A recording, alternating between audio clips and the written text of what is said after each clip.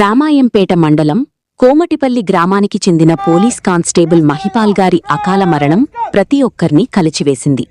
Shivampet police స్టేషన్లో విధులు నిర్వహిస్తున్న ఆయన విధులు ముగించుకుని ఇంటికి వెళ్తుండగా మెదక్ రామాయంపేట జాతీయ రహదారిలో లారీ ఢీకొట్టింది.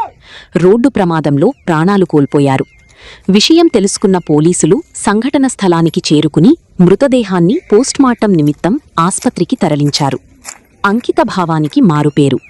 పోలీస్ శాఖలో తన బాధ్యతలను అత్యంత నిబద్ధతతో అంకితభావంతో నిర్వహించిన వ్యక్తి మహిపాల్.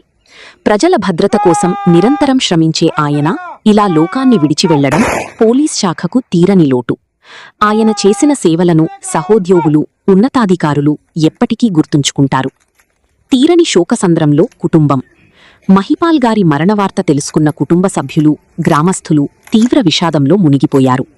ఒక మంచి వ్యక్తిని, సమర్థుడైన కానిస్టేబుల్ను కోల్పోయామనే బాధ వారి కళ్లలో స్పష్టంగా కనిపిస్తోంది. ఘన నివాళి. ఆయన మరణవార్త తెలిసిన వెంటనే పలువురు పోలీస్ అధికారులు, ప్రజాప్రతినిధులు మరియు గ్రామస్థులు అక్కడికి చేరుకుని మహిపాల్ గారి పార్థివ దేహానికి పుష్పాంజలి ఘటించారు. ఆయన ఆత్మకు శాంతి చేకూరాలని కోరుకుంటూ వారి కుటుంబ సభ్యులకు తమ ప్రగాఢ సానుభూతిని తెలియజేశారు.